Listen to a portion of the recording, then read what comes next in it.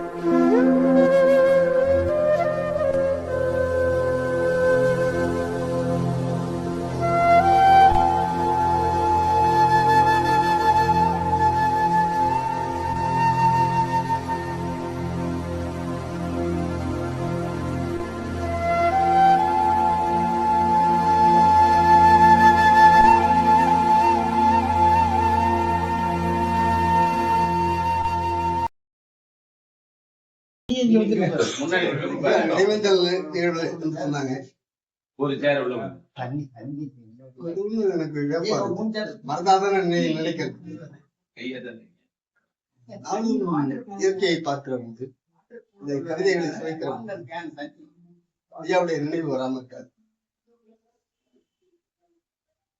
நான் 70 இருந்து 75 வரைக்கும் எனக்கு இங்க வந்திருக்கிறவர்கள் எல்லாம் வெற்றிலையை கிள்ளி போட்ட காம்புகளாக இலக்கணத்தில் நாம் இருக்கிறோம். உண்மையிலேயே மனம் திறந்து சொல்லுகிறேன், அவர் வெற்றிலையை போடுகிற அழகே அந்த கடையோரம் ஒரு சின்ன சுழிப்பு இருக்கும், அது ஒரு சிவப்பு வெளிப்படும். சிந்தனை வெளிப்படுகிற போது கண்ணை சிமிட்டுவாங்க. சிந்திக்கிறாங்கன்னா கொஞ்சம் அப்படி சிமிட்டிட்டு மேல் நோக்காங்க. அப்ப ஏதோ ஆழமா சிந்திக்கிறாங்க. அந்த முகச்சுழிப்புக்கும் நான் 100 முறை அவரை காதலிப்பேன்.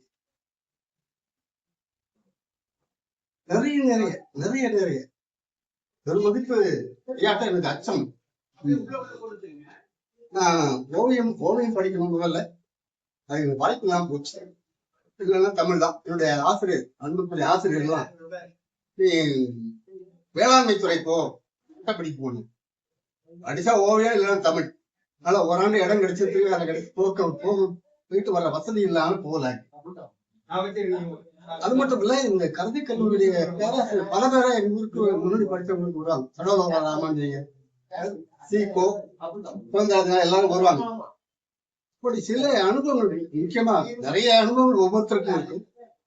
அதுல ஒரு சில மட்டும் நான் ஐயாவோட, நான் கல்லூரிக்கு வர்றப்பவே கால்வெளியில படிச்சுட்டு வந்தேன். இங்க வந்த பிறகு முதலாண்டு படிக்கிறப்ப நான் கரந்தை கோவை படிச்சிருந்தேன். எனக்கு ஒரு இது என்ன, இலக்கியத்துல இலக்கணத்தை பொறுத்தவரை ரொம்ப விருப்பமா இருக்கு. கலகலன்னு இது கண்ணோடு கண்டாலும் பாட்டு இருக்குல்ல, அதை விட இந்த இரட்டை கல்வியை சொல்லியிருப்பாங்க. இந்த வகுப்புல ஒருத்தர் நடத்துறப்ப சில முரண்பாடுகள் இருந்தால் அதை வெளிப்பாட்டிக்க மாட்டேன். வகுப்புல சொல்றப்ப இலக்கணம் நடத்திட்டு இருக்கப்ப குற்றியல் உரத்துக்கு 2வது உரைதான் கலந்த உரைன்னு சொன்னாங்க. ஆழ்ந்த புலமையெல்லாம் கிடையாது, ஆனா கொஞ்சம் தெரிஞ்சுக்கணும்னு ஒரு துடிப்பு இருக்கும். அந்த இளமைக்கே உரிய இது இருக்கும். அப்புறம் நேரம் வகுப்பு நேரா ஆசிரியரைக்கே போனேன். அப்பதான் இந்த வகுப்பு போனோடனே அந்த வெத்தலை பெட்டியை எடுத்து காம்பை வெத்தலை போடுறாங்க. அப்படின்னாங்க, நீங்க இது மாதிரி 2வது சிறந்த ஒரு குற்றியல் சொல்றீங்க, நீங்க எழுதியிருக்கிறதுல கரந்தை கோவையில குற்றகரத்துறை நச்சர் வகுத்திடும் கொள்கையினை பற்றரை நோக்கி ஞானம் பாவனைன்னு எழுதிருக்கீங்களே அப்படின்னு சொன்னாங்க. ஆனா அதுக்குரிய விடையை கடைசி வரை எனக்கு சொல்லவே இல்லை. அது தெரிஞ்சுக்கணும்னு விருப்பப்பட்டேன். அண்ணன் கந்தசாமியினால கடைசி நேரத்துல கூட அதை சந்திக்கிற வாய்ப்பெல்லாம் இருந்துச்சு. அப்ப அவங்க சொன்ன பதில், அரங்கராசன் இப்போ உங்களுக்கு சொன்னா புரியாது அப்படின்னு.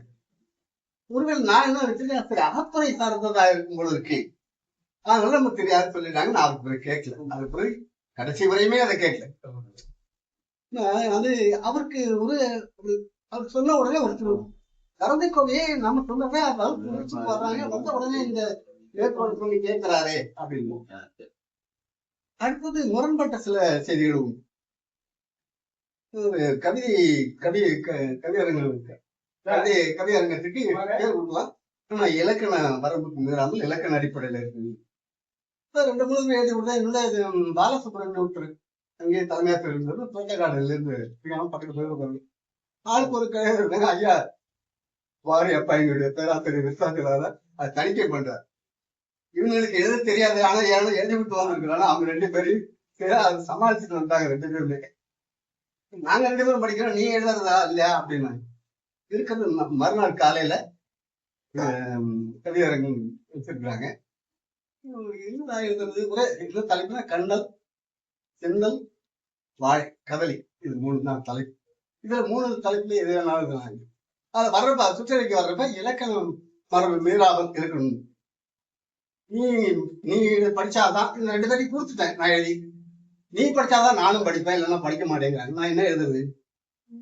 எல்லாம் போய் ஒரு தமிழ் தாயகத்து ஒரு வெண்பா, ஆசிரியருக்கு ஒரு கடலை கழித்துறை, எல்லாருடைய பெயரையும் பதிவு பண்ணியதற்கு தலைப்புக்கு உட்பட்டு 2 அரிசி அதை சொல்லிட்டு ஒவ்வொன்றும் சொல்லிட்டு படிக்கிறப்ப தமிழ் தாய் வாழ்த்து வெண்பா கொஞ்சம் கொஞ்சம் மாணவருக்கு இதான அந்த தலைப்புக்கு வர்றப்ப அரசியல் கழி நெடிலடி ஆசிரியர் விருத்தம் மாணவர்களா எல்லாம் கைதட்டி சிரிச்சாங்க. அது எனக்கு கொஞ்சம் பாராட்டுற மாதிரி இல்லை, கொஞ்சம் சுருக்கணிச்சு. காரணம் என்ன, ஐயாவை வந்து இந்த அறிக்கை வந்துச்சு இலக்கண மரபு மீறாமல் இருக்கணுங்கிறது நம்ம கிண்டல் பண்றாங்களோங்கிற மாதிரி கருதிடக்கூடாதே. அது அந்த 2 அடி மட்டும் இப்ப நினைவுக்கு இல்ல, மொத்தம் 8 அடி தான். அது அந்த நெடுவெளி கரும்பதன் அடியை, அது நான் வந்து கண்ணல் கரும்பதன் அடியை நோக்கு கார்முகில் வானை ஊக்கும் சுரும்படு முனையை சேர்க்க ஆர்த்தது சேனை ஊக்கும் அப்படின்னு அந்த நிறுத்தம். அப்புறம் அதுக்கு பிறகு அப்பவே என்னை பத்தி கொஞ்சம் ஐயாவுக்கு இல்லை அப்படி புறம் இருக்கிற மாதிரி இருக்கு. அது மாதிரி எந்த போட்டி, கவிதை போட்டி, கல்லூரி ஆண்டு விழாவில் கவிதை போட்டி வச்சாங்க. பிரபாகரம் போட்டி நானும் நிறைய பேர் கலந்துட்டா, 2 பேர் தான் படிச்சவங்க, அவங்களும் படிச்சு இருந்தா படிச்சு தலைப்பு முன்னாடியே ஒரு வார்த்தை முன்னாடி சொல்லிட்டாங்க, திங்கள் ஞாயிறு வெள்ளி. அங்க போய் உட்கார்ந்த பிறகுதான் எந்த பாவ வகையில எழுதணும். திங்கள் என்பது, ஞாயிறு என்பது விருத்தம், ஞாயிறு என்பது ஆசிரியப்பா, திங்கள் என்பது விருத்தம், வெள்ளி என்பது விரும்பா என்று அங்க போறதா எந்த பாவகை தலைப்பு மொழியை கொடுத்துட்டாங்க. ஆனா அங்க போன பிறகுதான் எந்த பாவகையில் எழுதணும் என்று சொல்றாங்க. அப்ப எழுதி உடனே முடிச்சுட்டு அதை நான் படியே எடுத்துட்டு வந்தேன். விரைவா எழுதினார். இந்த பிரபாகரமூர்த்தியும் எல்லாரும் கலந்து பேசினா வந்து அவரு என்னுடைய கவிதையோட உங்களுக்கு சிறப்பா இருக்கு அப்படின்னு. ஆனா பரிசு அவருக்கு தான் கிடைச்சு, எனக்கு பரிசு கிடைக்கல. நான் கருத்து வந்து போட்டாங்க, அவரு நல்ல பட்ட போடுறது. அப்ப எனக்கு ஐயாட்ட கொஞ்சம் கோபம் வந்துச்சு, சரியானதே தேர்ந்தெடுக்கலையே அப்படின்னு. அந்த வெண்பா வந்து ஐயா தமிழ் வெள்ள பத்தி உள்ளது. தள்ளி நிலையடிக்கும் வெள்ளியென முளைத்தான் வேல் என்று இறுதியடி, வெள்ளியென முளைத்தான் வேல். தள்ளி சாதியை அழிக்கிற மாதிரி வருவது, தமிழ் உணர்வுக்கு சாதியை அழிக்கிற மாதிரி வருது. இந்த வெண்பாவுடைய ஈற்றடி மட்டும் இருக்கு, வெள்ளியென முளைத்தான் வேல் என்று. இந்த வெண்பா வெள்ளிங்கிற தலைப்புல அது ஆண்டு மலர்ல விட அந்த இதெல்லாம் ஆண்டு மலர் இருந்துச்சு. கவிதை ஒண்ணு வந்துச்சு. எனக்கு ஐயாட்ட பெரும் மதிப்பு ரொம்ப இறுதி கால கூடுனது என்னன்னா, எனக்கு அவரோட நெருங்கி இப்ப பரிச்சாமி மாதிரியோ, நான் கந்தசாமி மாதிரியோ அல்லது கோபால் மாதிரியோ இப்படியெல்லாம் நெருக்கமான இருக்கிற தொடர்பு இல்லை. அவங்க நானும் கிராமத்துல ஒரு கடைக்கோடிக்கு கடைக்கோடி அந்த மாதிரி இருக்கிற இடத்துல இப்படி வந்துருக்கோம். அப்படி வர நிறைய பேசும் கடைசி காலத்துல வகுப்ப நிலைக்குனாங்கன்னா தொல்காப்பியத்தினுடைய சாரம் நன்னூல் அப்படின்னு எப்பவும் இந்த தமிழாசிரியர் இந்த ஓவியர்கள் சில பேர் தூச்சிட்டாங்கன்னா அதை விடவே மாட்டாங்க, சொன்னதுதான் சரி அப்படின்னு. அப்படின்னா கடைசி காலத்துல பாக்குறப்ப இல்ல நன்னூல் தான் தமிழுக்கு இருப்பது, தொல்காப்பியம் தான் சரின்னு சொல்லுது. இது எவ்வளவு பெரிய ஆழ்ந்த சிந்தனை இருந்தால் பல துறை வல்லுனர் எதை கேட்டாலும், அரசியல கேட்டாலும் சொல்லுவாரு. இப்படி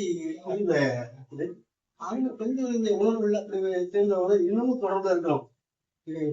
50 ஆண்டுகள், ஓராண்டு 2 வாழ்நாள்ல எட்டாவது முக்கால் பகுதி ஆன பிறகு கூட கல்லூரியில இருந்தோம். கல்லூரி வாழ்க்கையாக இல்லை. கோபாலோட மறைவன் வந்து அப்போ கூட வருவாரு. என்னோட கிருஷ்ணமூர்த்தியும் நினைக்கிறேன், டீச்சர் தலைமையாசிரியர் 2 பேர் தான் வருவாங்க. அவர் பின்னாடியே கூட வருவார். அவங்க கூட சொல்றது பின்னாடியே வர்றாரு, பாவம் கூட இங்க இருந்து வருவாரு, குண்டா இருப்பார். அரைக்கால் சட்டை போட்டு ஐயா கூட வருவாங்க, சாப்பாடு கொண்டு வர்றாரு. எங்களுக்கு என்னுடைய இதுல என்னன்னா, எனக்கு ஒரு பெரிய மகிழ்ச்சி இருந்தது, அவரை முதல் அவருக்கு நினைவுக்கு இல்லையோ முதல்ல திருக்காட்டுப்பள்ளியில பிற்போக்கு சங்கத்துல பட்டுக்கோட்டையார் பாரதியார் அவர்கள் முதல் முறை அவர் மேடையை செய்து என்னுடைய குழு தான். அப்படி சில நிறைய வாழ்க்கை நிறைய நிறைய அது மாதிரி சிவாஜி பத்திரிகை ஆசிரியர் வரவழைச்சு இயக்கணும். இப்படி பெரிய ஆளுமைகள் எல்லாம் கண்ணாசன் அங்க இருந்த போராட்ட காலம் இருந்துச்சு. ஜெயச்சந்திரன் இருந்தப்ப அதனாலே அவரு கடைபிடிச்சு போல நிறைய 7 அவருடைய கருணை கோயில் மாதிரி ஒரு நூல் இதுவரை வந்தது. இன்னும் இறுதியாக அவருடைய நினைவு போட்டுள்ள வகையில் ஒரு கவிஞர் சொன்ன பாரதியாருக்கு ஒரு பாட்டு அதே போல பொருந்தும் சென்றல்னு ஒரு இதுல அவருக்கே பொருந்துற மாதிரி அது பாட்டு. அதே போல ஐயாவுடைய வந்து புலவர் உள்ளத்துல தமிழ்தாய் வாழ்த்து ஐயாவுக்கே பொருந்தக்கூடிய மாதிரி அந்த தமிழ்தாய் வாழ்த்து. கவிதை, நாடகம், சிற்பம் ஒரு துறை மட்டுமல்ல பல துறை வல்லுநர் அத்தனையும் எங்கிட்ட கொண்டாந்து சேர்த்திருக்கிறார். அவரை விட்டு வச்சுட்டு கடைசி வரை சிந்திக்கிறார். அந்த மாதிரி நமக்கு சிந்திக்கிற மாதிரி கூட முடியல, இங்க சிந்திக்க முடியல, படிக்க முடியல. நான் இப்பதான் சிந்திச்சுட்டே இருப்பார் சொல்ல சரியா, ஒரு சின்ன நிகழ்ச்சியா இருந்தாங்க. அப்படி இவ்வளவு முந்தி போனவர். அவரோட இல்லாமல் அவருடைய குடும்பத்தோடும் நாங்கள் நட்பாக இருப்பது மகிழ்ச்சி அடைகிறோம், தெரிந்து கொள்கிறோம். இது எங்களுக்கு இன்னும் தொடர வேண்டும் என்று விரும்புகிறோம். இந்த பேராவரோடும் இந்த நிலையை போற்றி உங்கள் அனைவருக்கும் என்னுடைய வாழ்த்துக்களை நன்றி. அனைவருக்கும் வணக்கம். ரொம்ப நாள் ஆசை எனக்கு இங்க வரணும்னு, வரவே முடியல ஒரு காலம். ஏன்னா நாமக்கல் போன பிறகு எனக்கு அந்த சந்தர்ப்பம் மேல என்ன வேடிக்கைன்னா, இங்கதான் உட்கார்ந்து இருப்பாரு ஐயா. நான் இங்க வருவேன், பெரும்பாலும் வந்துருவேன். தஞ்சாவூர்ல இருந்திருப்பேன். நான் வந்து மதி இருக்கா அப்படின்னு கேட்பேன். மதி இல்லப்பா அப்படின்னு மதிய தேடி அப்படி சொல்லி வழக்கமா இது பண்ணுவாரு. அப்படி வந்து அந்த பக்கம் உட்கார்ந்து இருப்பேன். வெத்தலை வாக்கெல்லாம் கொடுத்துருவாரு. வெத்தலை வாக்கெல்லாம் போட்டுக்கிட்டே அவர் இப்படி எழுதிக்கிட்டே இருப்பாரு. அப்புறம் அவர் கேட்பேன், சார் என்ன சார், என்ன ஐயா என்னையா பண்ணிட்டு இருக்கீங்க? தொல்காப்பியத்துக்கு உரை எழுதுறேன். அது சரி, ஏற்கனவே அவ்வளவு பேர் நீங்க வகுப்பு நடத்திருக்கீங்க. இது ஒரு வகுப்பு எப்படின்னு வேடிக்கையா இருக்கும்.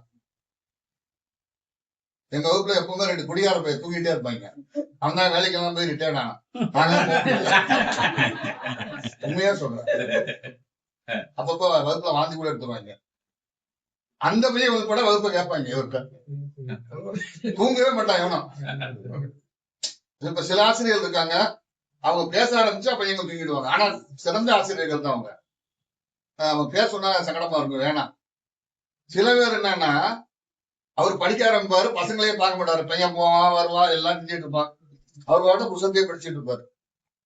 ஐயா பொறுத்தவரை என்னன்னா, எப்படிதான் இந்த கட்டி போடுவாருன்னு தெரியல. பயங்கரமா எல்லாரும் இலக்கண வகுப்பும் நல்லா இருக்கும். இலக்கியம் கம்பராமாயணம் நடத்தினாரு, அதுவும் நல்லா இருக்கும். இது கல்வெட்டுகள் அது நடத்தினாலும் நல்லா இருக்கும். இவர் எது நடத்தினாலும் பசங்க போக மாட்டான். பெல் அடிக்க எரிஞ்சு ஓட போவான். வேற யாரும் நடத்தினா எப்படா பெல் அடிக்கணும் பார்த்துட்டு இருப்பாங்க. இவர் அது மாதிரிலாம் அந்த வகுப்புல வந்து எல்லாரையும் இது பண்ணி வச்சிருப்பாரு. அந்த செய்திகள் எல்லாம் பலதை இணைச்சு சொல்லுவாரு. நவீன விசதிகளோட செய்திகளோட இணைச்சிருப்பாரு. அப்பவே புகழம் படிப்பாரு, ஆனந்தவுடன் படிப்பாரு. நான் இங்க வரும்போது எல்லாம் மார்க்சிய நூல்கள் படிச்சிருக்கேன், அதையும் படிச்சிருப்பாரு. நானே ஆச்சரியமா கேட்பேன், இன்னது இது எல்லாத்தையும் படிச்சு வச்சிருக்கீங்களே அப்படின்னா. அந்த அவரு கூட அப்பதான் தெரிஞ்சது தமிழ் வழியெல்லாம் நண்பரா இருந்திருக்காரு. அதுல அவர் அது மாதிரி வந்து படிச்சிருக்காரு. இதெல்லாம் விஜயகாந்தன் கதைகள்லாம் படிச்சு அது சொல்லுவார். இந்த மாதிரி எல்லாம் சொல்லும்போது ரொம்ப வித்தியாசமான அந்த ஒரு தமிழ் இலக்கியத்தை அறிமுகப்படுத்தும் விதமே வேற மாதிரி இருக்கும். அப்புறம் நான் என்ன, சரி இவ்வளவு பேர் எழுதிருக்காங்க, ஒரே எழுதிருக்காங்க, என்ன புதுசா எழுத போறீங்க நீங்க? என்ன சார் செய்ய போறீங்க? என்னையா செய்ய போறீங்க? சரி, நான் 2-3 தடவை கேட்டு அவர் அதே பதில் சொல்லுவார். அவரு நான் கேட்க அவர் பதில் சொல்லுவார். உயிரீற்று புணரியல், மெய்யீற்று புணரியல் அப்படித்தானே நன்னூல்ல இருக்கு. ஆமா, ஏன் புள்ளி மையங்கள்னு வச்சாரு? யோசிக்கலாம். அப்பெல்லாம் எனக்கு ஒண்ணும் விளங்காது. ஆமா சார், புள்ளி மையங்கள் ஏன் சார் வச்சாரு? ஏன் வச்சாரு? சரி, புள்ளின்னு ஏன் சொல்லாரு? புள்ளினா என்ன அர்த்தம் தெரியுமா? தெரியல, நீங்களே சொல்லுங்க. புள்ளினா ஒலித்தல். எப்ப மெய்யெழுத்து ஒலிக்குதோ, ஒலிக்கும் போது அது புள்ளியாயிடும். ஒலி இல்லாதப்ப அது வந்து மெய்யா இருக்கும். அப்புறம் அந்த சூத்திரம் சொல்லி சொல்லுவார், உருவாகி அகரமோடு உயிர்த்தலும் ஏன உயிரோடு உருவு உயிர்த்தலும் ஈரியல உயிர்த்தலாரே, இதெல்லாம் சொல்லி மெய்யெழுத்து என்று ஏன் மெய், அதனால்தான் மெய்மயங்கியல்னு வைக்கிறாரு. இன்னொன்னு பாத்தீங்களா, அதுக்கு எத்தனை பேர் வச்சிருக்காரு? மெய், ஒற்று, 4 வருமே. மெய், ஒற்று, புள்ளி, இன்னும் சொல்லுவார். ஏன் இந்த 4 விதமா பேர் வைக்கிறாரு? 4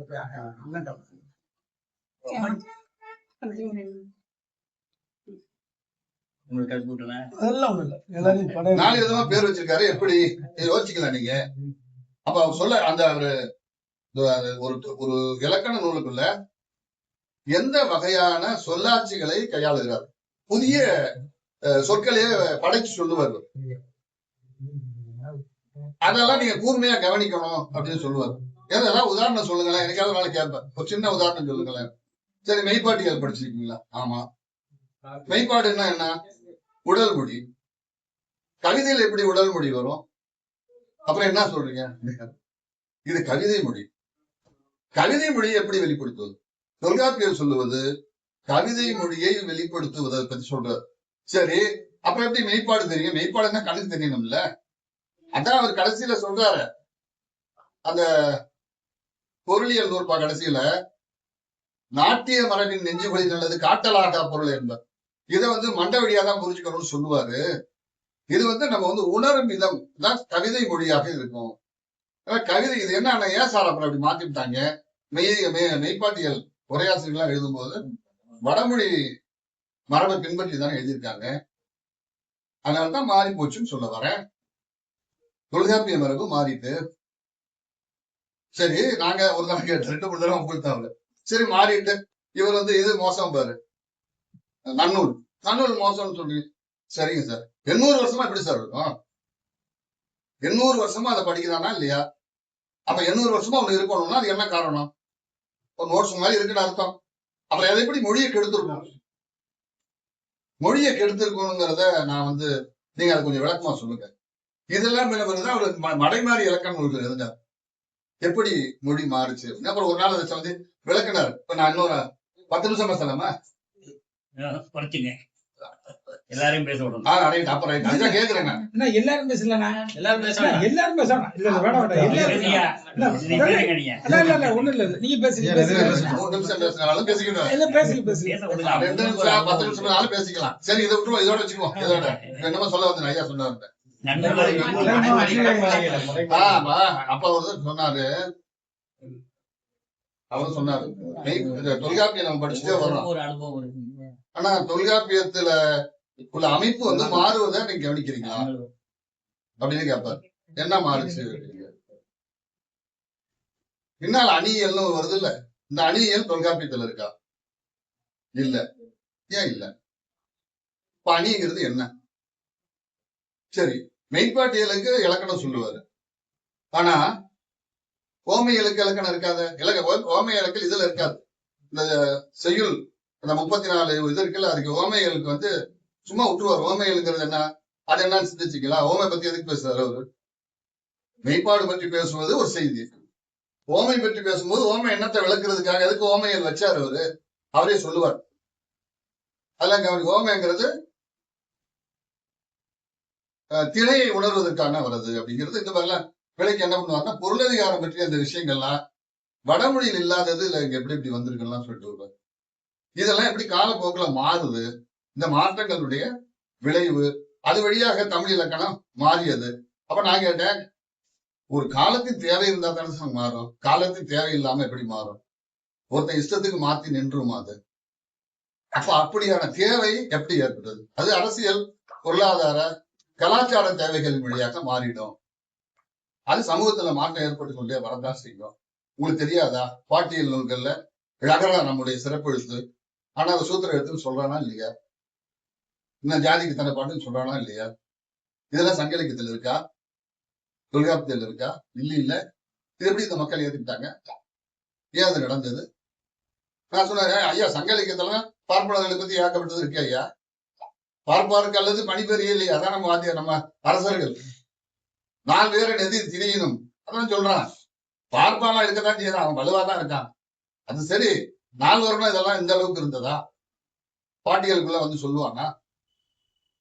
எப்படி சொல்ல முடியுது? பாட்டியலுக்குள்ள ஒரு இலக்கணத்துக்குள்ள எப்படியா ஜாதியை கொண்டாந்தா அது எப்படி ஒரு சமூகம் ஒத்துக்குச்சு?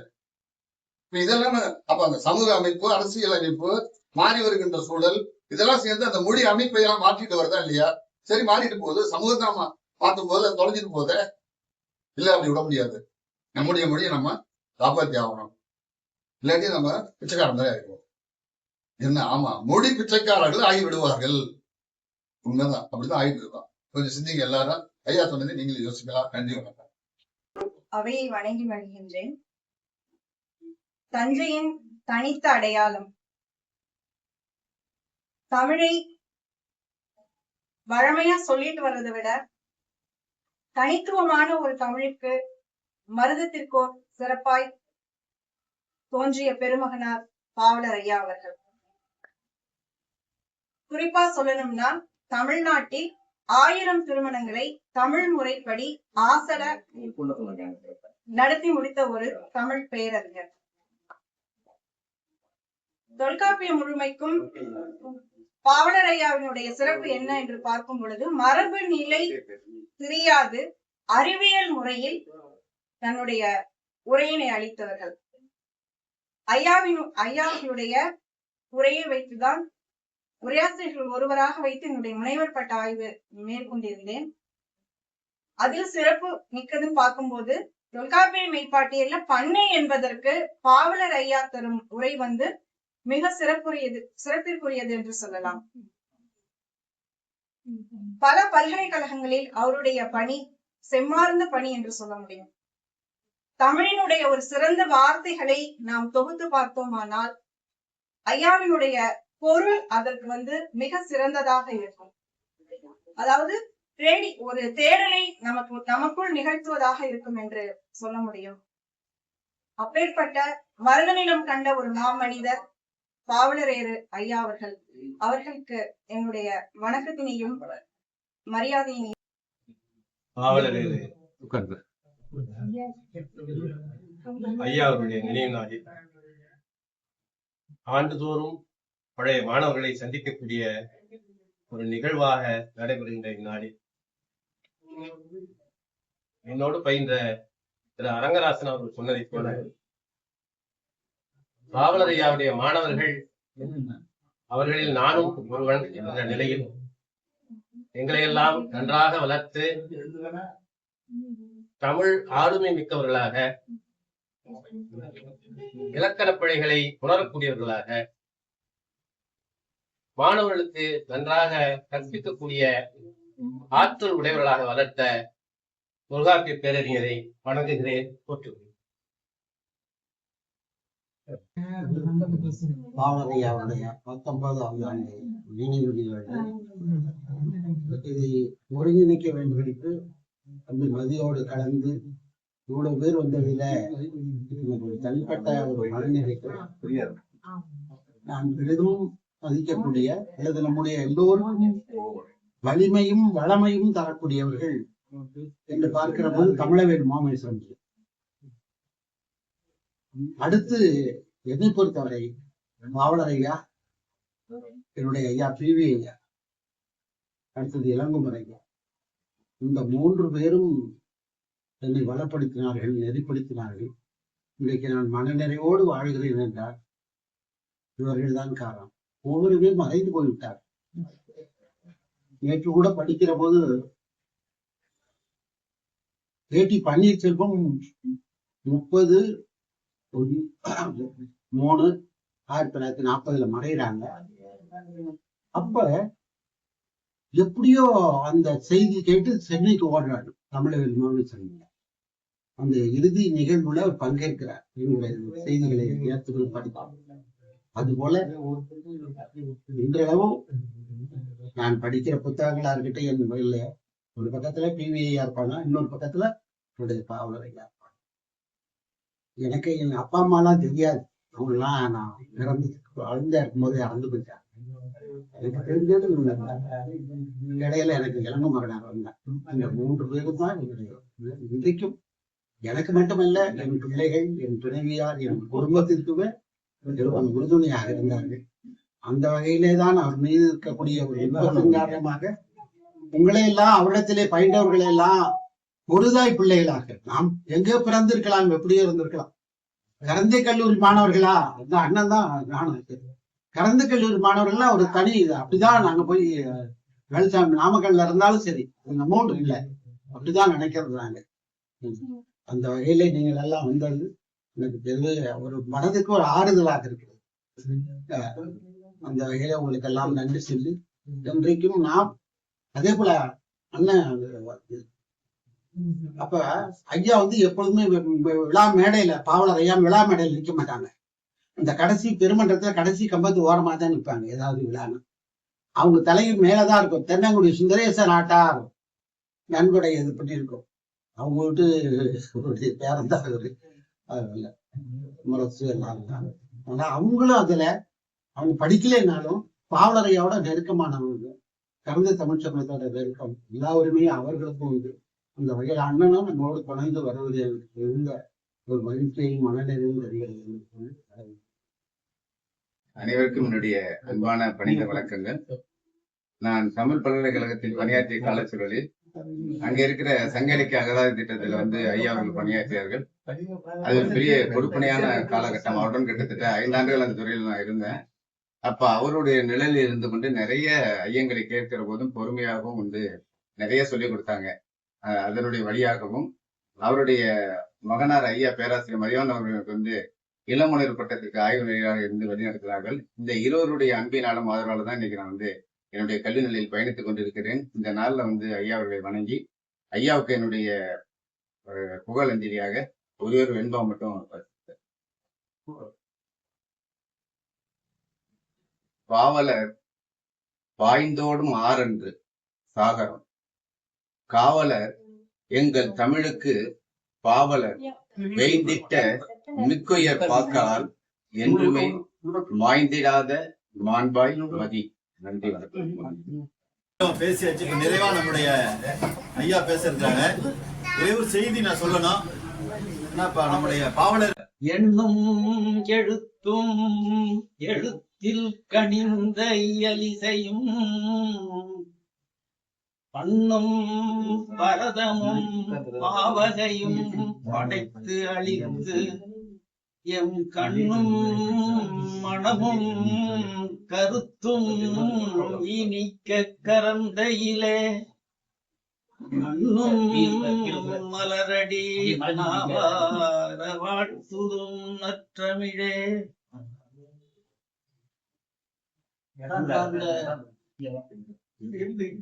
ஐயாவினுடைய மாணவர்களே, ஐயாவினுடைய நூலை பற்றி படித்து தெரிந்து கொண்ட நண்பர்களே, உங்கள் அனைவருக்கும் ஐயா அவர்களுடைய 19ஆம் ஆண்டு நினைவு விழாவில் உங்களை எல்லாம் பார்த்து ஐயாவை பற்றிய ஒரு சில சொற்களை சொல்வதற்கு வாய்ப்பு எனக்கு கிடைத்ததே என்னுடைய வாழ்வின் பெரும் பேராக கருதுகிறேன். நண்பர்களே, 1954 இருந்து 58 வரை 4 ஆண்டுகள் ஐயாவிடம் மாணவனாக நான் பயின்றேன். 1964ஆம் ஆண்டு ஐயா அவருடைய தலைமையிலே நான் திருமணம் செய்து கொண்டேன். 1991ஆம் ஆண்டு கம்பராமாயண தொடர் சொற்பொழிவை ஐயா அவர்களுடைய ஆணைக்கு இணங்க நான் தொடங்கி அந்த 10,365 சென்னை கம்பன்கழ பதிப்பிலே உள்ள அத்தனை பாடல்களையும் அத்தனை ஆண்டுகள் நடத்தி முடித்தேன். அந்த முடித்த விழாவில் எனக்கு மலர் கிரீடம் சூட்டினார்கள், மலர் செண்டு கொடுத்தார்கள். கணம் தந்தான், கனகாபிஷேகம் தந்தான், களங்கமிலா பெரும்பொருளை எனக்கு தந்தான், மனம் தந்தான், முடிசூட்டு மாலை தந்தான், வாணி செங்காதனத்து இருத்தி வரிசை தந்தான், இனம் தந்தான், ராமகதை எவர்க்கும் தந்தான், ராமாயண புலவன் எனும் பெயர் தந்தான், அனம் தந்தான், மணலி முத்துகிருஷ்ண பூவன் அகம் தந்தான், இருமையிலும் சுகம் தந்தானே என்று சீர்காழி அருணாசல கவிராயர் சொன்ன அந்த பாடலுக்கு ஏற்ப ஐயா அவர்கள் எனக்கு எல்லாம் தந்தார்கள். ராமச்சந்திர கவிராயர் சொல்லுவார், சொன்னம் அன்னம் வீடு தந்தான், வீதியிலே வெற்றிலை சுருளும் அடித்து தந்தான், கல் நவில் மோதிரம் தந்தான். ஐயா அவர்கள் எனக்கு கணையாழியும் அணிவித்தார்கள். கம்பராமாயண நிறைவு விழாவிலே எனக்கு கல் நவில் மோதிரம் தந்தேன், கடுக்கன் தந்தான், சரப்பணி தந்தான், என்ன தந்தான் என்பவர்க்கு எத்தனை உத்தரம் தந்தான், மயிலை வாழ் சிவந்தான் என்று ராமச்சந்திர கவிராயர் சொல்வதைப் போல அந்த கவிதையில இருக்கக்கூடிய அத்தனை புகழையும் எனக்கு தந்த பெருமை ஐயா அவர்களை சாரும். அவர்கள் நான் எதை சொல்வது எதை விடுவது என்று தெரியாமல் நான் இருக்கிறேன். ஐயா அவர்கள் என்னிடம் நீ கரந்தை கோவைக்கு உரை எழுத வேண்டும் என்று கேட்டுக்கொண்டார்கள்.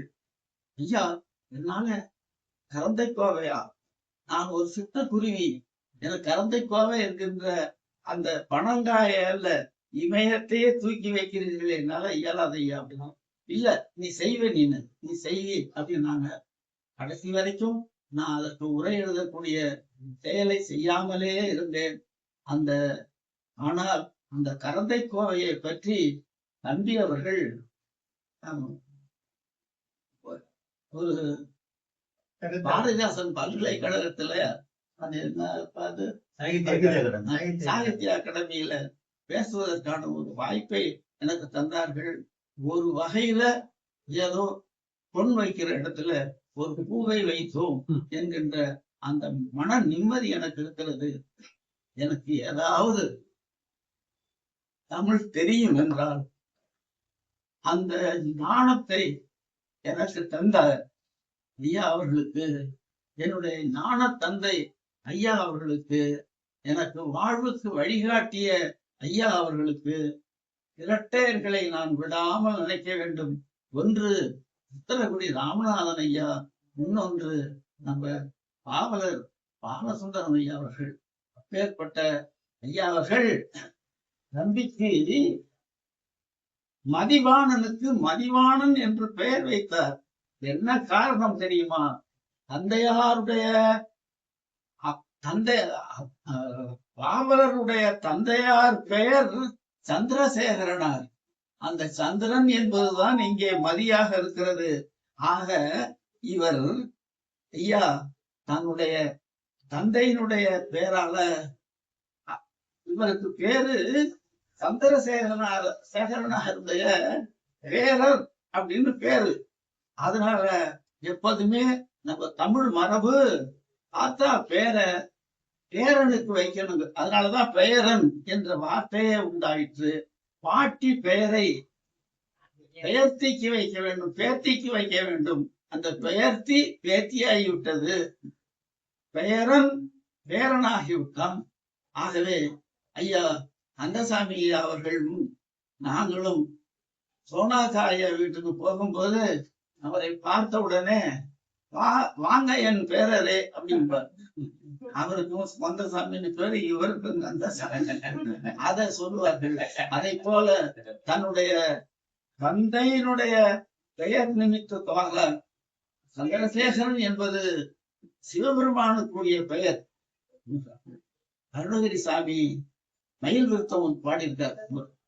சந்தான புஷ்ப பரிமள கிங்கினி முக சரணயுகள் அமிர்த பிரபா சந்திரசேகர மூஷிகாரூட வெறுமோக சத்தியப்பிரியாலிங்கன சிந்தாமணி கலச கரகடக போல திரு அம்பக விநாயகன் முதல் சிவனை வளம் அருமையளவில் உலகடைய நொடியில் வரும் சித்திர கலாப மயிலாம் மந்தாகினி பிரப அதரங்க விதரங்க மனசரோத கிருத்திகா மரபுத்திர ராஜீவ பிரியங்க தந்திய பராசலன் புலிசாயுதத்து இந்திராணி மாங்கல்ய தந்து ரஷாபரண இகவேல் வினோதனரூர் இமயகிரி குமரி மகன் ஏறும் நீல கிரீவ ரத்ன கலாப மயிலே என்று மயில் விருத்தம் பாடுவார். அந்த மயில் விருத்தத்தில் வரக்கூடிய சந்திரசேகரன் தான் இன்று நம் பக்கத்திலே மதிவாணராக இங்கே இருக்கிறார். நம்முடைய ஐயா அவர்கள் அவருக்கு மதிவாணன் என்று பெயர் வைத்ததற்கு காரணம் வேற யாருக்கு தெரியுதோ தெரியலையே, எனக்கு அந்த தம்பி ஐயா அவருடைய வரலாற்றை தொகுத்து ஒரு 4 பக்க அளவில் ஒரு நிறைய செய்திகளை தந்திருக்கிறார். அந்த செய்திகளை படிக்கும் போது ஐயா அவர்களுடைய தந்தையார் பெயர் சந்திரசேகரன், ஓஹோ அதனால்தான் தான் பையனுக்கு மதிவாணன் என்று பெயர் வைத்திருப்பார் போல் இருக்கிறது என்று நான் எண்ணிக்கொண்டேன். அப்பேற்பட்ட புலவர் பெருந்தகை அவருக்கு நாள் கவியும் வரும். ஆசுகவி பாடுவார். என்ன பாடச் சொல்லுகிறீர்களோ சொல்லி இம்மென்னும் முன்னே 700 800 அப்படி என்று சொல்வதை போல எப்படி தொடங்கி எப்படி முடிக்க வேண்டும் என்று கேட்கிறீர்களோ அதை போல பாடுவதற்கு தரக்கூடிய ஆசுகவி அவர். சித்திரகவி படம் வரைந்து அதுக்குள்ளேயே கவிதைகளை எழுதக்கூடிய ஆற்றல் உள்ளவர். இனிமையான பாடல்களை எழுதுவார். மதுரகவி, உத்தாரகவி, பெரிய பெரிய நிறைய பெரிய இலக்கியங்கள் எல்லாம் எழுதக்கூடிய அளவிற்கு அந்த நாற்கவியும் அவரிடம் வசப்பட்டு கிடந்தன. நாற்கவிதைகளும் அவரிடம் வசப்பட்டு கிடந்தன. முத்தமிழும் முற்றாக அவரை பற்றி கொண்டிருந்தன. இயல், இசை, நாடகம் எந்த துறையில் எடுத்துக்கொண்டாலும் அந்தந்த துறையில் பாவலர் ஐயா அவர்கள்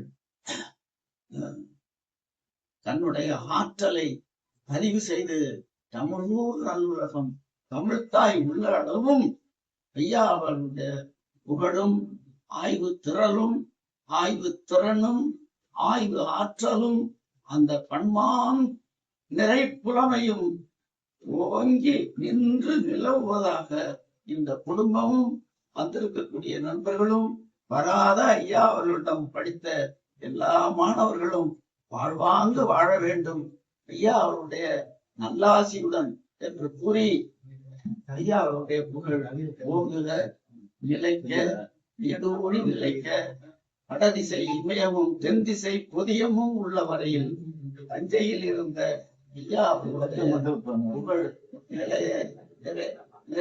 நிறைய வேண்டும், நிற்க வேண்டும் என்று வேண்டி விரும்பிக் கொண்டு கேட்டுக்கொண்டு அமைதியாக இருந்த எல்லா நண்பர்களுக்கும் என்னுடைய நெஞ்சார்ந்த வணக்கத்தை அவருடைய பாதார மலர்களை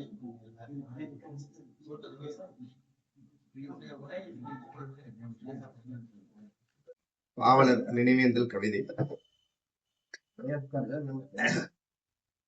24ஆம் வருஷத்தின் தை மாதம் விசயாம்பாள் என்கிற தாய் இடுப்பு வழியால் துடித்தாள். தன் தரம் காக்க ஒரு பிள்ளை வரப்போகிற களிப்பில் தமிழ்த்தாய் அருகிருந்து அதனை ரசித்தாள். பாவலர் வளர்ந்தார். பட்டு பீதாம்பரங்களில் அவர் பாதங்கள் நடக்கவில்லை. ஒரு நடுத்தர குடும்பத்தின் துன்பங்கள் அவரை நசுக்கின. சொல்லுடைத்து யாப்பிலக்கணம் சொல்ல வேண்டிய கரங்கள் கல் உடைத்தன. அணி இலக்கணம் கற்கும் அடர்ந்த ஆசையை உள்ளுக்குள் சுமந்தபடி ஜவுளிக்கடையில் துணி இலக்கணம் கற்றவர் பாவலர். எடுத்த வேளையை இனிப்பாக்கிக் கொள்ளும் இந்த பாட்டு பறவை இளமையில் சயனித்த காலம் குறைவு, பாலையில் பயணித்த காலம் அதிகம். பேராசிரியனே, புலவர் கல்லூரியின் புகுமுக வகுப்பில் சேர 12 ரூபாய் கட்டணத்தை கட்ட முடியாமல் வேதனையை சுமந்தபடி வீதிகளில் நீ அலைந்த கதை, மேல் சட்டை போடாமல் வெற்றிலை போட்ட வாயோடு நீ போனதால் கல்லூரிக்கான விண்ணப்பத்தை முதல்வர் மீனாட்சி சுந்தரம் தர மறுத்த கதை, நாளனா கிடைக்கும் என்பதற்காக சைக்கிளில் ஜவுளியை சுமந்து குக்கிராமங்களில் எல்லாம் நீ கூவி கூவி விற்ற கதை, இன்னும் நீ வாங்கிய அடிகள் தாங்கிய இடிகள் உன் வரலாற்றில் வாசித்து வாசித்து கரைந்து போயின கண்கள். கண்ணியவான்களை கலங்க வைத்து ரசிக்கும் காலத்தின் குறும்புகள் அவை. அன்றைய கரந்தை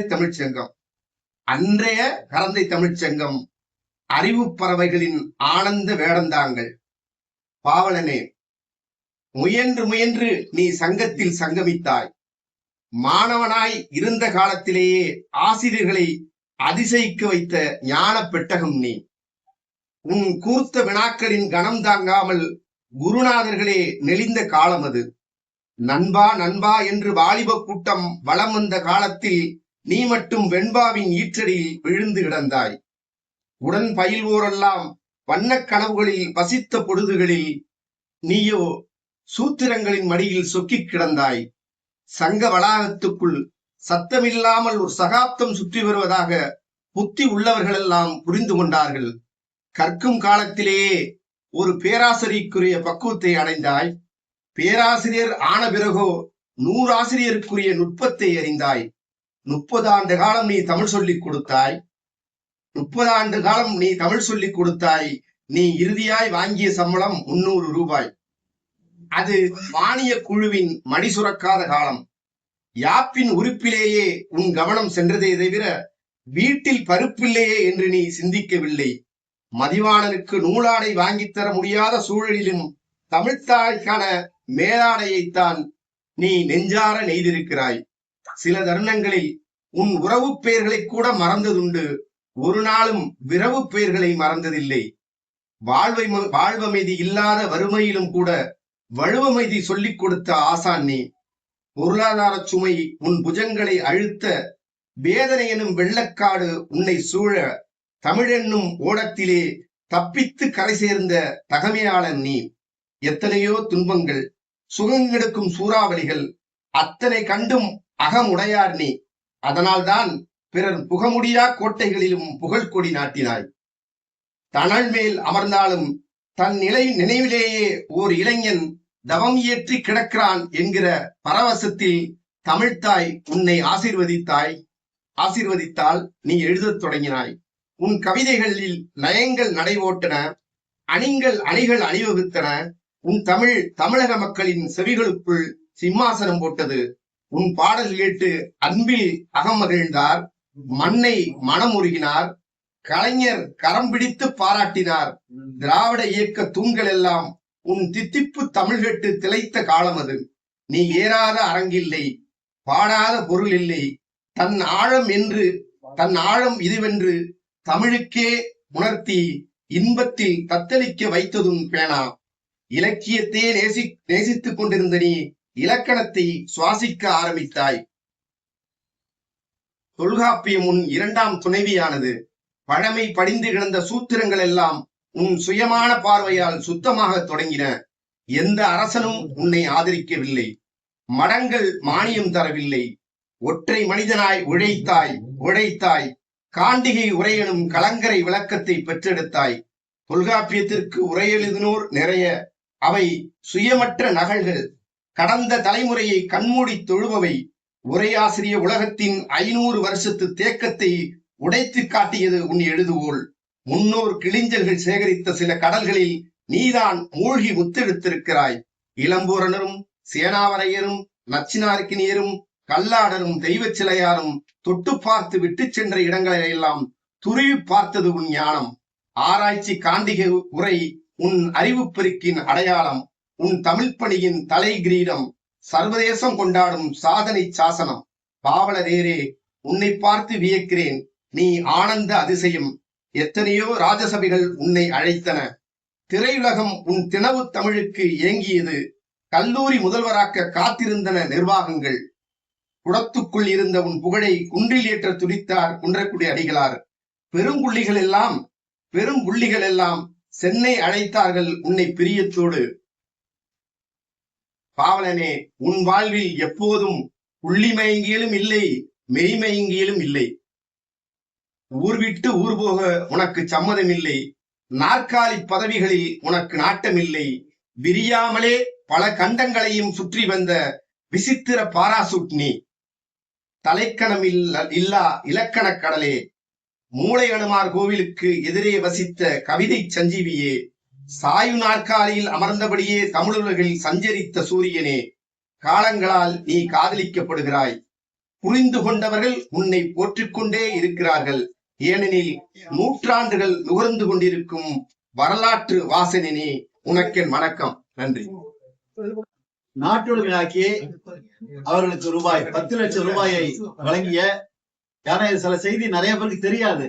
கடந்த ஆட்சியில திராவிட மாடல் ஆட்சியில நம்முடைய மரியாதைக்குரிய தளபதி ஸ்டாலின் அவர்கள் 10 லட்சம் ரூபாயை நம்முடைய மதிவாணர்களுடன் தங்கியிடம் கொடுத்தார் என்ற செய்தி இந்த நேரத்தில் நன்றியோடு நினைத்து பார்க்கிறோம். ஏனென்றால் அந்த கொடுத்த நிகழ்ச்சி அதுவரை யாருக்கும் தெரியாது. நூற்றாண்டுகளை நடத்த எல்லாம் முயற்சி பண்ணோம். அது பல்வேறு இதால அந்த நிகழ்ச்சி நடத்த முடியாம போயிடுச்சு. அதனால இப்பொழுது நம்முடைய அவருடைய ஐயாவுடைய தலைமாணாக்கன் பெரும்புலவர் இலக்கிய மாமணி அவர்கள் இந்த நேரத்திலே நம்முடைய மதிவாணன் பேராசு மதிவாணனுடைய நச்சினார்க்கினியரும் நடைவண்டி உருளையும் என்ற நூலினை வெளியிடுவார்கள்.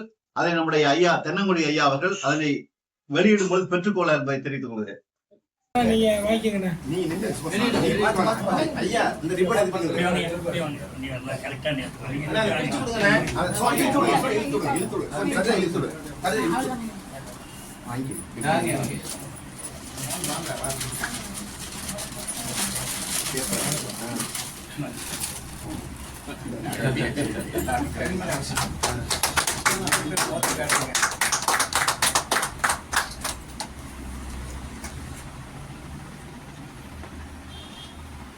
ஐயா மூளை பட்டியல நீங்க 2 வாரம் சொல்லுங்க. 2 பேர்கிட்ட கொடுத்துருங்க.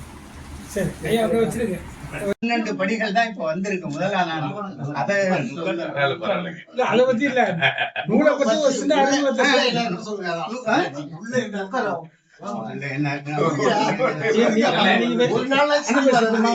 சொல்லிடுறேன்.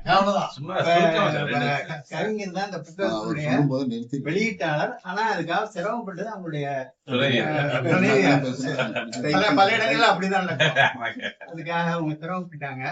ஆகவே ஒரு வகையில அவங்கள நம்ம வந்து வெளியீட்டாளர் என்று சொல்ல வேண்டும். ஐயாவுக்கு வெளியிடுவது என்பது ஒரு மதிப்பு. அதே போல தென்னங்குடி ஐயா அவங்க அதை வாங்கிட்டு உண்மையிலே ஒரு ஒண்ணும் திட்டமே கிடையாதுங்க. அதை சொல்ல போனா இன்னைக்கு வருங்கிறதும் கூட பெரிய திட்டம்லாம் இல்லை, வந்துருச்சு. இதுல எழுதியிருக்கிறது வந்து பெரும்பாலும் என்னுடைய முகநூலில் நான் சிறியதாக ஒரு பக்கம் 2 பக்கம் 1 பக்கம் அது தவிர சில கருத்தரங்குகளில் எழுதின நீண்ட கட்டுரைகள் இதில் இருக்கின்றன.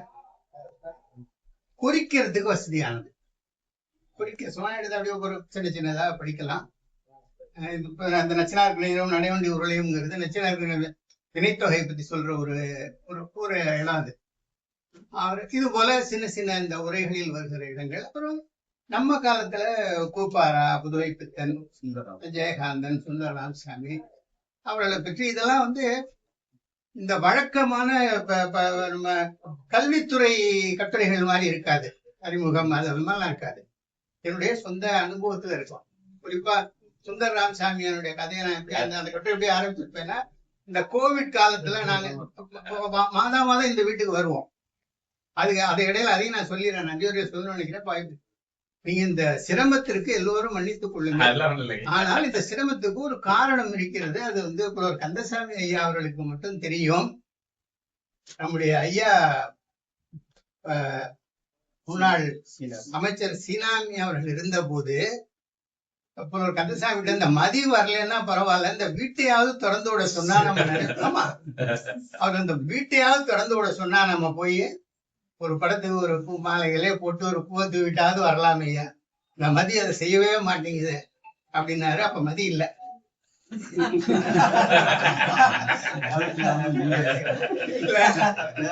ஆனால் அவர் மறைவிற்கு பிறகு அப்பவும் புலவர் கந்தசாமி அவர்கள் தான். நீங்க புலவர் கந்தசாமி என்கிற அந்த தூண்டுகோல் இல்லை என்றால் அது நெம்புகோல். அது ஆக்சுவலா அது ஒரு சின்ன இதை வச்சு ஒரு பாறையை உருட்டிடும். அது மாதிரியான ஒரு நெம்புகோல். அதனாலதான் இந்த வீட்டுல நம்ம வந்து இதை நடத்துறோம். வெளியில நம்ம ஒருவேளை இந்த பகல் நடத்திட்டு மாலை இதை கூட மாலையா நடத்தலாம் அப்படிங்கிற எண்ணம் இருந்தது. வேறு பல உளவியல் நெருக்கடிகள் இருக்கின்றன. நான் அதை வெளிப்பட சொல்ல விரும்பவில்லை. ஆகவே நான் இந்த பழக்கம் போல ஆண்டுதோறும் நடத்துவீங்க அதனால இந்த வெளியில் நிக்கிறவங்க பொறுத்து கொள்ளுங்கள். புத்தகத்தை பொறுத்த வரைக்கும் நான் என்னுடைய முகநூல்ல எழுதியிருக்கேன். இது ஆராய்ச்சி நூல் அல்லவே அல்ல. நான் இந்த டாக்டர் முனைவர் போடாதீங்கன்னு நான் கவிஞர்கிட்ட சொல்லுவேன். ஏன்னா இந்த முனைவர் போட்டாலே அந்த நூலுக்குள்ள நுழைவதை தடுத்து விடுங்க. சரி, ஒரு ஏதோ ஆராய்ச்சிங்கிற பேர்ல அடிக்குறிப்பு கிடிக்குறிப்பு எல்லாம் இருக்கு, இப்பெல்லாம் இருக்குது. அது என்னுடைய நோக்கம் அல்ல. ஆகவே முனைவர் போடாதீங்கன்னா அவர் வந்து நீங்க சிரமப்பட்டு வாங்கினது போட்டுறேன் போட்டாருன்னு வச்சுக்கோங்க. அதனால பல கட்டுரைகள் இருக்கின்றன. முன்னுரை எழுதியது நம்முடைய புலவர் வேல்சாமி அவர்கள். அதற்கு ஒரு முன்னுரை எழுதியிருக்கிறார்கள். மற்றபடி இது புத்தகமா திரும்ப வருதுன்னா நூலகான கிடைக்கிற போது வரும். அதுக்கு இடையில முடிந்தால் ஒரு 200 படிகள் போட்டு நம்ம அது திரும்ப கொண்டு வரலாம். என்னன்னா படி எண்ணிக்கை அதிகமானது. இப்ப நான் அப்பாவுடைய புத்தகம் கொடுத்த மாதிரி எத்தனை நாளா இது அச்சடிச்சு இருக்கு. என்னுடைய சேகரிப்பு புத்தகங்கள்ல 75% இப்ப ரோஜா முத்தையா ஆராய்ச்சி நூலகத்துக்கு அன்பளிப்பாக கொடுத்துட்டேன். 54 தப்பால ஒரு 10 நாளைக்கு முன்னாடிதான் போச்சு. ஏன்னா அதை வைத்துக் கொண்டு நம்மளால பார்க்க முடியல. அப்புறம் அப்பாவுடைய இன்னும் இருக்குது, அப்பாவுடைய அந்த நன்னூல் இது இருக்குது, அவங்களுடைய இதெல்லாம் இருக்கு. இப்ப பொதுவா புத்தகத்தை நாம வந்து இது மாதிரியான நூல்களை கொண்டு வரதுல சிரமங்கள் இருக்கு என்பதனால இந்த நூல் வந்திருக்கிறது. நான் நன்றி உரைங்கிற பேர்ல ஒரு 2 நிமிஷம் சொல்லலாம். நீங்களும் சொல்லிடுங்க. இதுதான் சொல்லுங்க. இனி ஒண்ணும் முடிச்சிடலாங்க ஐயா, முடிச்சிடலாம். அடுத்தது ஐயா திருச்சியில இருந்து ஒரு 2 நிமிஷம் பேசுறது வேண்டாம். ஐயா வந்து அதான் மூர்த்தி ஐயா இருக்காங்க அவங்க. ஐயா அவங்களுடைய பேர் வந்து இயற்பெயர் நீங்க சொல்றது ஐயாடு. இப்ப என்னன்னா நான் வந்து கொஞ்சம் ஒரு ஆமை மாதிரி 5 அடக்கல் இல்ல அனைத்தும் அடக்கல். நம்ம வேலை எங்கேயும் நான் வந்து போறதில்லை. எதிர்பாராத விதமாக நான் ஒரு 2 வாரத்துக்கு முன்னால பேராசிரியர் இளவரசி ஐயாவுடைய நினைவேந்தல் போயிருக்கும் போதுதான் எனக்கு என்னன்னா எனக்கு ரொம்ப ஒரு குற்ற உணர்ச்சி இருக்குன்னா, நான் உங்களுக்கு ஆசிரியரா இருந்தேன்னு சொன்னேன். ஒரு ஆசிரியரை மறக்கப்படாது. ஆனால் நான் வந்து அதை மறந்து விட்டேன். சில நேரங்கள்ல இந்த இன்னா செய்தார்க்கும் இனியவே செய்தல் என்பது போல என்னுடைய மறதி என்கிற இன்னாவை நான் அவருக்கு செய்தேன். ஆனால் அவர் என்ன இனிய செய்தார் என்றால், என்னுடைய வருமான வரி கணக்கெல்லாம் போட்டு முதல் நாள் போட்டு கொடுத்தாரு. மறுநாளைக்கு எனக்கு வந்து அந்த எஞ்சிய தொகை வந்துருச்சு. மறுநாள் வந்து விட்டது. அப்புறம் நான் ரொம்ப தலையை தமிழாசிரியர் பத்தி அப்புறம் ரொம்ப தலையை சொல்லிக்கிட்டு அப்படியே என் பையனுக்கும் போட்டு கொடுத்துருங்க என்ன அதை பத்தி கவலையில கொண்டாங்க அப்படின்னு சொல்லிட்டு அப்புறம் தான் எனக்கு தெரிந்தது அவர் வந்து ஒரு நம்முடைய ஐயா தீபா ஐயாவுடைய ஒரு வெளிநாட்டுல வந்தவர் என்று. அவருடைய ஒரு அருமையான நூல் நான் இன்னும் படித்து முடிக்கல. திருக்குறள் என்பது ஒரு வாழ்வியல் நூல் என்பதை பெரியாரை வைத்து அவர் எழுதியிருக்கிற அந்த கோணம் இருக்குல்ல. திருக்குறள் தனியா படிக்கலாம், பெரியார் பத்தி நம்ம தனியா தெரிந்து கொள்ளலாம். ஆனால் திருக்குறள் என்பது எப்படி ஒரு வாழ்வியல் நூலாக இருக்கிறது என்பதை பெரியாருடைய வாழ்க்கையை வைத்து ஒரு சிறிய நூல், ஆனால் அரிய நூல். நான் இன்னும் அதை திருப்பி கொடுக்கல. அதை ஏனென்றால் அதை கொஞ்சம் கூர்மையா படித்து விட்டு அதை பற்றி ஏதேனும் ஒரு பதிவு செய்ய வேண்டும் என்கிற ஆசையில் நான் அதை வைத்திருக்கிறேன். அப்படி நுட்பமாக ஆராயக்கூடியவர்கள் ஒரு நல்ல அவங்க இன்னைக்கு வந்துட்டாங்க. ஏன்னா இந்த வீட்டுல நான் வந்து அதை நீங்க வரேங்கிறவங்கள அதே மாதிரி நம்முடைய கவிஞர் மாலே தங்கப்பா அவர்களுடைய மைந்தர், அவரு திருவாரூர் மத்திய பல்கலைக்கழகத்துல கணித பேராசிரியராக இருக்கிறார். இன்னைக்கு வரேன்னாரு. வர வேண்டாம்னு சொல்ல முடியாது. வாங்கன்ட்டேன். நான் நல்ல வேலை வரல, வாங்க அப்படின்னு சொல்லிட்டேன். அந்த புத்தகம் எல்லாம் கிடைக்குமான்னாரு. புத்தகம் கிடைக்காதுன்னு எழுதிட்டேன். புத்தகம் கிடைக்காது, அவருடைய புத்தகம் வேணாலும் இருக்கிறத நான் தருகிறேன்னு சொல்லியிருக்கிறேன். ஆகவே அவர் வரல. இது போல இருக்கானா நான் அந்த இடையூறு காரணம் சொல்லியிருக்கேன். நம்ம பிறகு இனிமேல் நிகழ்ச்சியை தஞ்சையிலேயோ அல்லது திருச்சியில் வைத்துக் கொள்வது ஒரு வகையில எனக்கு வசதி. நான் நினைக்கிறேன், நீங்க தவறாக நினைக்கலைன்னா இங்க நாம் என்ன செய்யலாம், ஒரு மரபுப்படி ஒன்னு வைத்து விட்டு நிகழ்ச்சியை திருச்சியில வைத்துக் கொண்டால் அது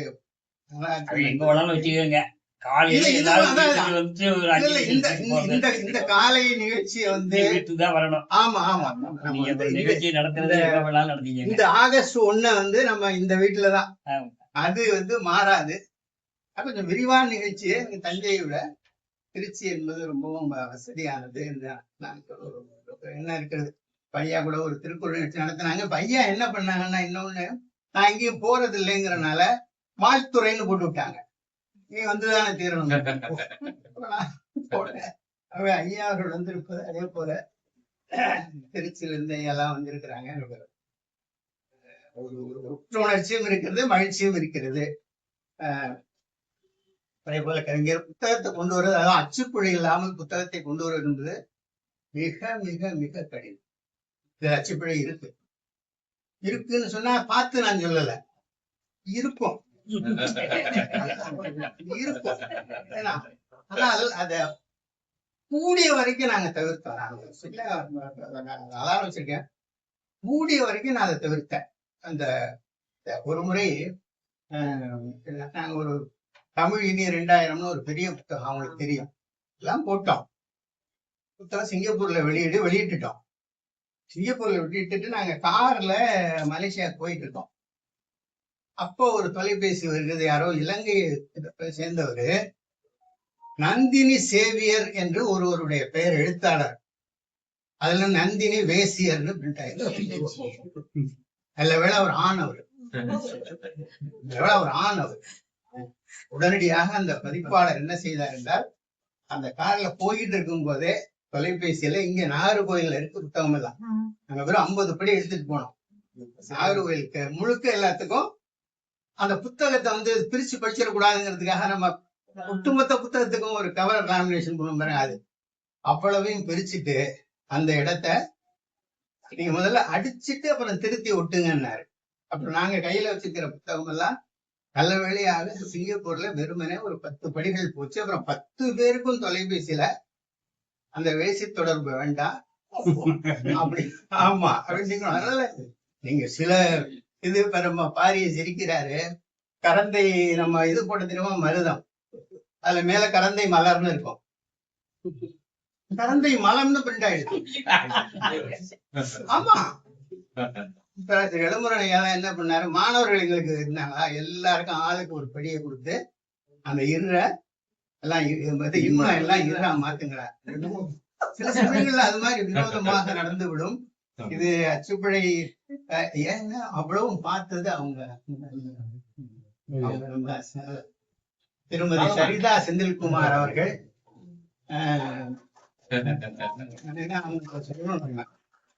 ஒவ்வொரு ஆணின் வெற்றிக்கு பின்னாலும் ஒரு பெண் இருக்கிறார் என்பதை போல அவங்கதான் சட்டத்தை செய்தார்கள், கொண்டு வந்தார்கள். அந்த நூலகாணி கிடைக்கிற போது எல்லாம் சொல்லுவோம். அப்ப இன்னும் ஒன்றை மட்டும் சொல்லி நான் நிறைவு செய்கிறேன். அப்பா பத்தி சொல்றதுக்கு எனக்கு ரொம்ப குறைவு. எனக்கு நீங்க அது மேல கோச்சுக்கிட்டாங்க, எங்க கிருஷ்ணாவதியா கோச்சுட்டார். நான் எங்க அப்பாட்ட பாடம் கேட்டதில்லைங்கிற உண்மையை சொன்னதுனால. உண்மையா பொய் சொன்னா கோச்சுக்கலாம், நான் உண்மையை சொன்னேன். எங்க அப்பாட்ட நான் ஒண்ணும் பெருசா பாடம் கேட்டதில்லை. ஒரு ஆண்டில் ஏதாவது ஒரு 2-3 சமயத்துல அது எப்படி இருக்குத அப்படின்னு நான் கேட்பது உண்டு, மற்றபடி கேட்டதில்லை. ஆகவே நான் அவரை பற்றி அதிகமாக சொல்ல இல்லை. ஒரே ஒரு செய்தியை நான் சொல்ல வேண்டும். இங்க நம்ம ஒருவர் அடஞ்சூரார் அவர்கள் ஒண்ணு சொன்னாங்க, இந்த குற்றுகிற குறை அந்த இடம் இருக்கு, நான் பிறகு சொல்றேன். என்னன்னா, உயிர்வரின் உட்புறல் மேம்பட்டு ஓடும் என்பது நன்னூல் நூற்பா. உச்சியலுகிற ஈரு, அப்புறம் இலக்கண இடத்துல மன்னிச்சுங்க, நான் ஒண்ணும் செய்ய மாட்டேன். உச்சியலுகிற ஈரு பாட்டு எழுதினார்னா பட்டு எழுதினார்னு வரும். அப்ப என்னன்னா, பாட்டுல உள்ள அந்த ஊ போயிட்டு இந்த பா இட்டு இருக்கும், அந்த கடைசி இட்டோட ஏ சேர்ந்துரும். இது நன்னூல் எப்படின்னா கொஞ்சம் வெளிப்படையானது, ரொம்ப தும்பு இல்ல, உகரம் போயிடுச்சு அப்படின்ட்டு. ஆனா நச்சினார்கள் என்ன செய்யறாருன்னா, அந்த உகரம் போவதில்லைன்னு எழுதுறாரு. அந்த உகரம் அதிலேயே இருக்கும். அத உணர்ச்சி மகிழ்தல் என்கிற துறைக்கு அவங்க அந்த முயங்குதல், தலைவனும் தலைவியும் ரெண்டுமே ஒன்றாக இருக்குமே தவிர என்ன ஆயிடாது, ஒண்ணு போயிடாது. அதுதான் குற்றுகர குறை நச்சர் செய்தது என்று அந்த இலக்கணம். இரண்டாவது, இடக்கரடக்கலுக்கு ரொம்ப இலக்கணம் தெரிஞ்சாதான் அது இடக்கரடக்கலா அது சொல்லப்பட்டிருக்குன்னு தெரியும். அதுதான் இடக்கரடக்களுடைய இயல்பும் கூட. நீங்க வெளிப்படையா சொல்றது, இப்ப நீங்க தமிழ் சினிமா கிடையாது, கட்டிப்பிடிடா கண்ணாளான்னு பாட்டெல்லாம் பாடிடுறான். இது வெளிப்படையது. அப்போ ஒரு இலக்கணத்தை வைத்து அறிஞர் நீ சொல்லுது, அறிஞர் நீ கந்தசாமி பிள்ளை அவர்கள் அப்பாட்ட சொல்றார், நீ கரந்தை கோவை எழுதும் பொழுது அது அகப்பொருளாக இருந்தாலும் பாடமாக வைக்க வேண்டும். ஆகவே இந்த அகப்பொருள் செய்திகள் நெருடலா வருகிற இடத்துல நீ நுட்பமா எழுதிருன்னு அவர் ஒரு அறிவுரை சொல்றாரு. ஏன்னா பாடத்திற்கு போகணும் அப்படின்னு. அப்ப அந்த மாதிரி அது ரொம்ப அருமையான இடம். அந்த சாகித்ய அகாடமி எழுதுகிறதுல நான் அதை எடுத்து கொடுத்துருக்கிறேன். அது போல இலக்கண ஓமைகள் இன்னைக்கு இப்ப ஐயா அவர் கணித பேராசிரியர் வரல, அதுக்கு மாலை தங்கப்பா அவர்கள் ஒரு மதிப்புரைய அவர் கட்டளை கலித்துறையில எழுதினார். இந்த கரந்தை கோவை என்பது நீங்க மன்னிச்சுக்கோங்க, பாவலர் செய்த இலக்கியங்களிலேயே கரந்தை கோவை தான் தலை சிறந்தது. அதுக்கு பிறகு அவர் அது போல நிறைய பாட்டு எழுதினாரு. ஆனால் கரந்தை கோவைக்கு இணையாக பின்னால் அவர் எழுதவில்லை என்பதை நான் இந்த புத்தகத்திலே சொல்லியிருக்கேன். அது என்னுடைய கருத்து. நான் ஏன்னா அவ்வளவையும் படிச்சேன். கரந்தை கோவைக்கு இணையாக எழுதல. ஆனால் அந்த 10 பாட்டத்துக்கு மதிப்புரையை அவர் இதுல எழுதியிருப்பார். ஆகவே அந்த கரந்தை கோவை என்ன செய்தானா, அது ரொம்ப பழசா சிதிலம் அடைந்து விட்டது. ஆகவே கரந்தை கோவை அப்படியே புகைப்படம் எடுத்து புகைப்படப்படியாக நான் போட்டேன். கீழே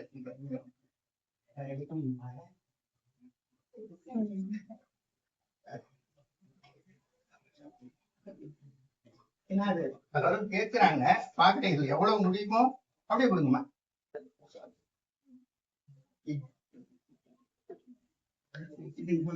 இது பழைய புத்தகம் தான்.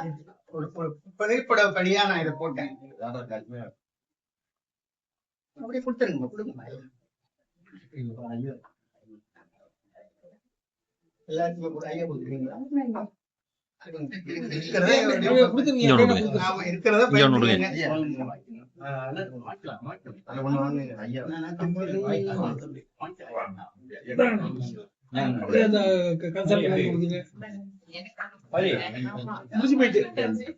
இதுல வேல்சாமி ஐயா அவர்கள் இந்த புத்தகத்தை திருப்பி கொடுத்துட்டாரு.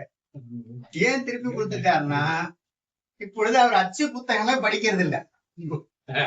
ஆமா, எல்லாமே இப்பொழுது வலை வழியாக வரக்கூடிய அந்த மின்னணு நூல்களாக அவர் வச்சிருக்கிறார். அவர் நல்ல பெரிய தரை. தொலைக்காட்சியில பார்ப்பதை போல புத்தகங்கள் அனைத்தையும் அவர் என்ன செய்கிறாரு, பார்க்கிறாரு. அச்சு புத்தகங்களே அவர் வச்சுக்கிறது இல்லை. பெரும்பாலான இப்ப நான் ஒரு 3 வாரத்துக்கு முன்னால அப்பாவுடைய அந்த நன்னூல் திறனாய் ஒரே திடீர்னு ஒருத்தர் கேட்கிறாரு, காப்பி இங்க நிறைய இருக்குது, இங்க திடீர்னு கேட்கிறாரு. நான் உடனே ஐயாவுக்கு தான் பேசுறேன். ஐயா, அந்த நன்னூல் திறனாய் ஒரு இருந்தா எனக்கு அனுப்பி விடுங்க. அப்புறம் அனுப்பி விட்டாரு. நான் அந்த கேட்டவருக்கு அதை அனுப்பிட்டேன். அதனால இப்போ புத்தகத்தை கொடுத்த உடனே கொடுத்துட்டாரு. ஏன்னா கரந்தை கோவையினுடைய 2 பதிப்பு அவர்கிட்ட இருக்கு. 2 பதிப்பு இதெல்லாம் சொல்றேன். இப்போ நூல்கள் அதை நோக்கி போய்விட்டேன். நான் கூட கவிஞர்கிட்ட சொன்னேன், இனிமே அச்சு நூலை விட்டுட்டு நாம இதே மின்னூல்களுக்குள்ள போயிடலாமா என்று.